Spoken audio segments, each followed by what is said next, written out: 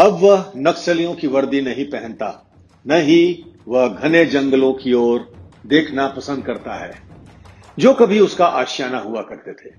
हम बात कर रहे हैं जोनल कमांडर रहे पूर्व नक्सली विश्वनाथ सिंह उर्फ नितांत सिंह की, जिसने कई बड़ी नक्सली घटनाओं को अंजाम दिया। 90 के दशक में नक्सलवाद चरम पर था।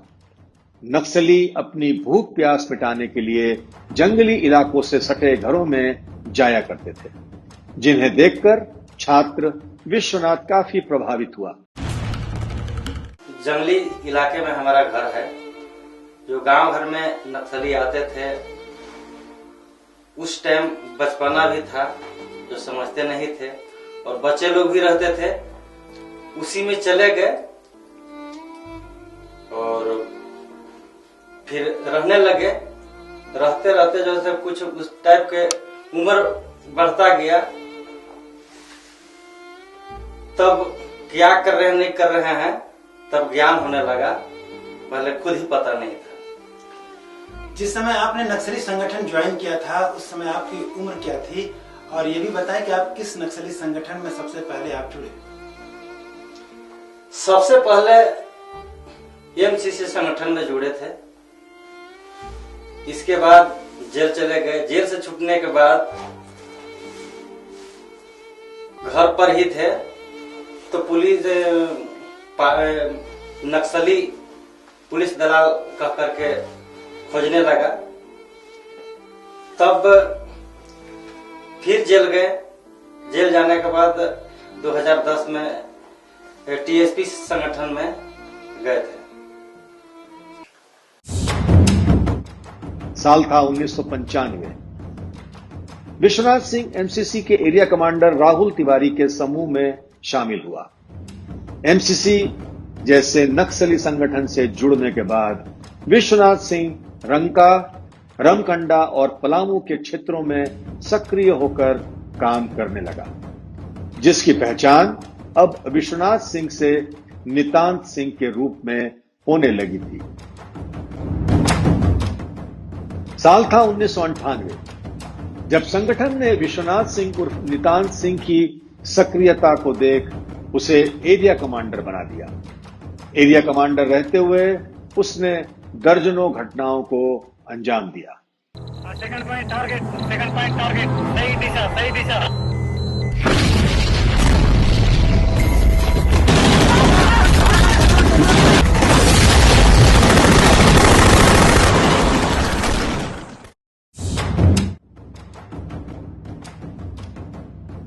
नई दिशा एक नई पहल योजना ने बदली जिंदगी।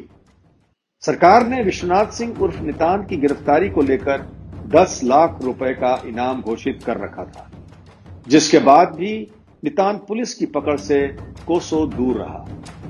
16 साल तक माओवादियों से जुड़े रहे नितांत की अब आत्मसमर्पण की बारी थी। जहां समय देख नितांत ने वर्ष 2017 में सरकार के नई दिशा एक नई पहल योजना के तहत पलामू क्षेत्र के तत्कालीन पुलिस उप महानिरीक्षक विपुल शुक्ला के समक्ष आत्मसमर्पण कर दिया। आइए जानते हैं विश्वनाथ सिंह से नितांत सिंह बनने की कहानी उसी की जुबानी। नक्सली संगठन बहुत कठिन जीवन जीते हैं। जाड़ा, गर्मी, धूप, बरसात, जंगल, पहाड़, कष्ट तो है, लेकिन इंसान की मजबूरी हो जाता है कि वो तमाम कष्ट झेलने के लिए तैयार रहते हैं। आपके संपर्क में तो बहुत सारे नक्सली आए होंगे। आपसे हम ये जानना चाहेंगे कि कैसे कैसे परिस्थितियों को झेलते हुए, किन किन कष्टों को झेलते हुए नक्सली संगठनों को ज्वाइन करते हैं, और वहाँ किन किन परिस्थितियों का उन्हें सामना करना पड़ता है। सर, नक्सली संगठन में जुड़ने के लिए कोई दबाव बस नक्सली में किसी को नहीं रखा जाता है। ये चीज जरूर है कि बिन किसी के समस्या होता है, किसी को व्यक्तिगत समस्या होता है, किसी को शौक होता है जो नक्सली संगठन में चले जाते हैं। नितान जी, हम आपसे कुछ निजी सवाल करना चाहेंगे आपसे कि आखिर आप किनसे प्रभावित होकर, कैसे प्रभावित होकर आपने आत्मसमर्पण किया? आत्मसमर्पण करने का निर्णय तब लिए जब मुख्य रूप से समझने लगे कि नक्सली जो काम कर रही है हम लोग के हक में काम नहीं हो रहा है। गरीब के बाल बच्चा को बहला फुसला करके संगठन में रखना और उन लोग को केस के बोझा ढोवाना हमारे हक में नहीं है, मानवता का ये नहीं होता है। जेल चले जाते हैं जो कोई पूछते तक भी नहीं है। किसी प्रकार बैल बकरी जगह जमीन बेच बेच करके जो जेल से बाहर आते हैं। तो इसमें जो है कि अच्छा नहीं है महसूस हुआ। और साथ में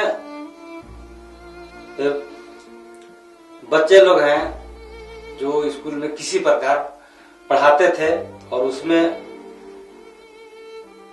क्योंकि लोकल होने के वास्ते जैसे कि बहुत सारे लोग जानते हैं और बच्चा लोग को कह देता था इंसान कि संगठन जो है कि तुम्हारा पापा जो है नक्सली है, गुंडा है, इस टाइप के बोल देता था। तो एक दिन किसी प्रकार के गए क्योंकि पुलिस तो हमारे पीछे लगा रहता था, लेकिन फिर भी जंगल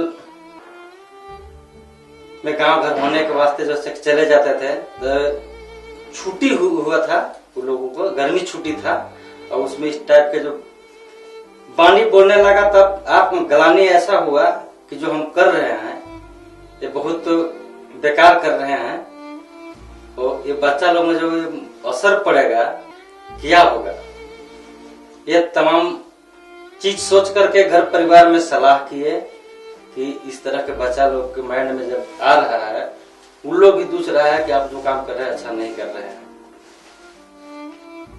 तो घर परिवार में सलाह हुआ। इसके बाद जैसे कि पुलिस के बड़े अधिकारी लोग से संपर्क में आए और आत्मसमर्पण किए। बच्चों को भी ऐसा महसूस होता है कि अगर पापा नक्सली है तो समाज उन्हें सहर्ष स्वीकार नहीं कर रहा है। ये दर्द था नितान जी का। नितान जी, हम ये जानना चाहेंगे कि आपने जिस पॉलिसी के तहत सरेंडर किया, आत्मसमर्पण किया, क्या सरकार अपने उस वादे पे पूरा उतर रही है? क्या आपको उस योजना का पूरा लाभ मिल रहा है जो सरकार या फिर पुलिस के आला अधिकारियों ने आपसे वादा किया था? सर, आत्मसमर्पण पुनर्वास नीति नई दिशा एक सही है, लेकिन सरकार इसमें बौना साबित हो रही है क्योंकि किसी भी सैकड़े अपवाद में हो सकता है 1-8% लोग को कि कुछ मिला हो, लेकिन गढ़वा जिला के लमसम 5-7 नक्सली है जो आत्मसमर्पण किए हैं। मात्र इनाम का राशि मिला है। इनाम के राशि के सिवाय किसी प्रकार के, जैसे में बच्चा का पढ़ाई लिखाई, जमीन मिलना था 4 डिसमिल, वकील केस देख रेख करने के लिए वकील के फिक्स देने की बात था, पुनर्वास ये देना था। नितान जी, ये जानना चाहेंगे हम आपसे कि क्या आपको अभी तक कुछ भी नहीं मिला पुनर्वास नीति से या नई दिशा से जो सरकार ने आपको वादा किया था? अभी तक आपको मिला क्या है? सर, इसमें कुछ भी नहीं मिला है और यहाँ तक ही नहीं, संभरनालय के चक्कर काटते काटते थक चुके हैं, आजिज हो चुके हैं। कुछ भी नहीं मिला है। इनाम राशि के सिवाय कुछ भी नहीं मिला है। ये पुनर्वास नीति छल समझ में आ रहा है। क्या आप अपने अन्य सहयोगी जो संगठन में आपके साथ कंधे से कंधा मिलाकर काम कर रहे थे, उन्हें समाज की मुख्य धारा में जोड़ने का संदेश देंगे? क्या कहेंगे आप उन्हें? देखिए सर, किसी को बंधा हुआ नहीं है वो इंसान। सभी इंसान के अपना अपना सोच समझदारी होता है। अगर जिन बंधु को समझ में आएगा कि जो हम काम कर रहे हैं गलत कर रहे हैं, समझदारी आएगा, उस दिन जो है से कि आ जाएंगे और हम कहेंगे कि इस रास्ते से जो है से कि जनता की भलाई नहीं है। अगर भटक रहे हो तमाम बंधु लोग आ जाएं तो अच्छा है।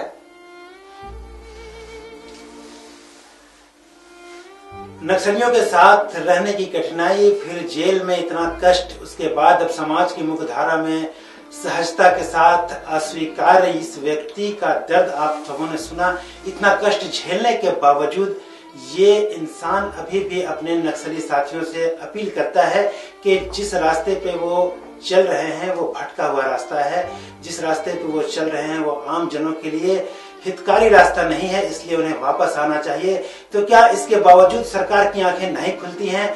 क्या इसके बावजूद सरकार के कान में जूं तक नहीं रेंगेगी? क्या इसके बाद भी सरकार नहीं जागेगी? तो कब जागेगी आखिर इस पुनर्वास नीति और इस नई दिशा की योजना? कब पूरी तरह से धरातल पर उतरेगी? कब मिलेगा इन आत्मसमर्पित नक्सलियों को पूरा न्याय?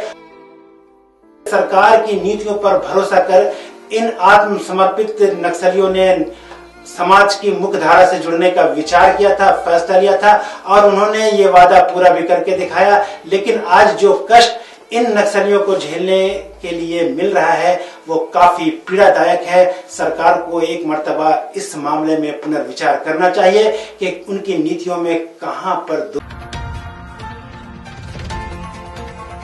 स्वदेश वाणी।